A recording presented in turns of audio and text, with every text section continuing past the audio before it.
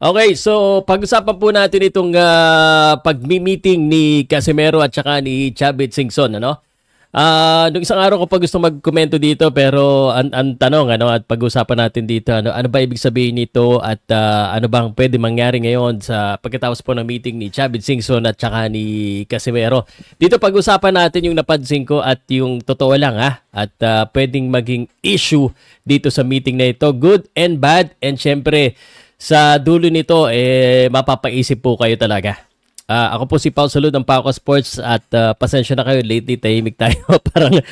parang holiday mood ako eh.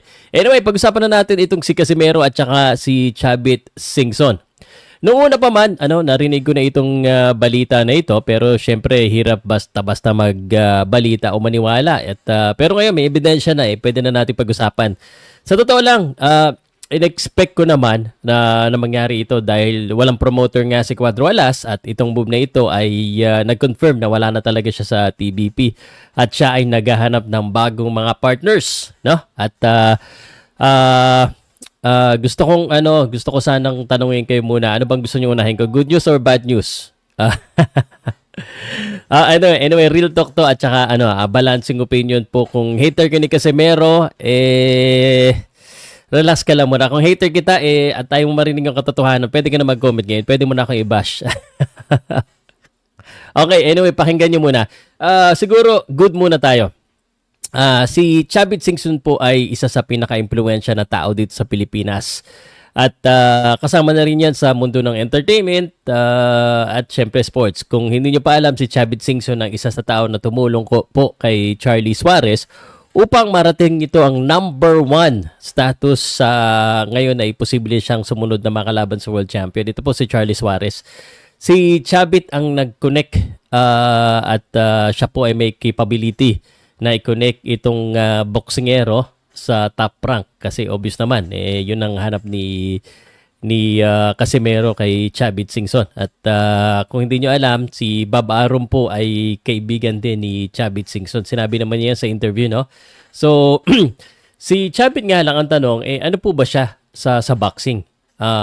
Siya po ba ay manager, promoter, matchmaker? Para kay Charlie Suarez, ano ba siya dito? Well, obvious na ang promoter ay ang top rank. Pero ang manager po, hindi rin po si Chavit. Kasi ang alam kong manager is si Delfin Bohos, ang kanya pong trainer din. So ano ngayon ang role ni Chavit? Obvious naman. Syempre, Chavit Singson ay ang isa po sa parang main sponsor na rin at talagang bridge po ng Pilipino sa top rank promotion. So, yan po yan. At ang kailangan kasi ni Casimero ay laban. So, obvious na pumunta siya dito kay Chavit Singson para makakuha ng laban sa top rank. Or siguro pwede rin naman, gaya din naman tumulong ni Chavit sa iba pong promotion kasi sa totoo lang, si Chavit po ay ma-impluensya at marami pong negosyo at pag siya yung nagsalita, talagang kailangan mo makinig. No? So, pwede naman. Pero ito po yung isang pwedeng mangyari, no? Posibilidad na makuha ni Chavit ng laban itong si Casimero po sa top rank. So isipin nyo na kung sinong pwedeng kalabanin ni Casimero sa top rank. Aside from Inoue, kasi hindi pa yan si Inoue for sure. At least now alam natin na posible siyang lumaban sa top rank. Ngayon, yung issue po sa visa, kung may visa man siya or sa trainer, sa condition sa timbang, hindi na muna natin pag-uusapan dito. Pero kasi obvious naman na kaya naman sila nag-reach out kay Chavit is because of that connection. No? Pero gusto ko rin sabihin sa inyo na si Charlie Suarez, although nakalaban po siya sa Amerika, 3 beses na po siya lumaban sa top rank, hindi rin po madali ang pinagdaanan ni Charlie Suarez. Parang pinahirapan pa nga siya ng top rank dito Parang kahit na top rank promotion siya, B-side pa rin siya dahil ilang beses na pinagpapalitan yung mga kalaban niya. Pero dahil si Charlie Suarez po ay focus, determinado, kondisyon, ay siya pa rin po ang nagwagi. Ayan ang maganda dito kay Charlie Suarez, no? Ganito din siguro ang pwedeng mangyari po kay Casimero. Obvious naman.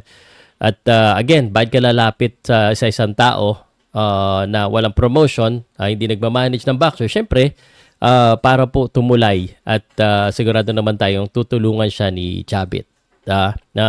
Again, yung visa o kaya kondisyon, saka na natin pag-uusapan yan. Yan yung good side. So, expect nyo na pwede pong mangyari yan. I'm not saying that it's gonna happen because syempre, kailangan pa rin mag-agree ni Baba Arum sa mga kagustuhan po ni Chabit, pero kaya siguro ni Chabit yan. Ito lang naman ang pinagtataka ko, guys. Ang pinagtataka ko lang, ready ka na ba dito? Nakikipag-usap ng direkta ang boxer at trainer ng walang manager. No? Business side ito. So, yun ang hindi ko maintindihan. Nasaan na naman yung manager niya? Pangalawa, sa dami-dami ng boxing promotion dito sa Pilipinas, bakit hindi siya lumapit sa mga promoter mismo or sa mga talagang sa managers mismo ng boxing? Gaya ng Omega, no? Na kaibigan naman niya.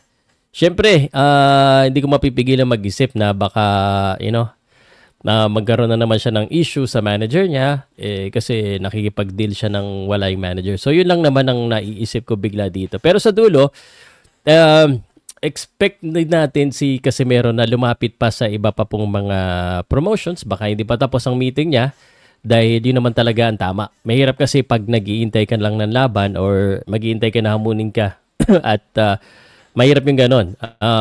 So, hindi na ako magtataka na kausapin sila, may kakausapin sila na iba pa. Dahil kahit naman marami siyang haters at maraming, kumbaga, hindi may gusto sa kanya, marami pa rin siyang fans. At ang katotohanan, hindi po siya natalo.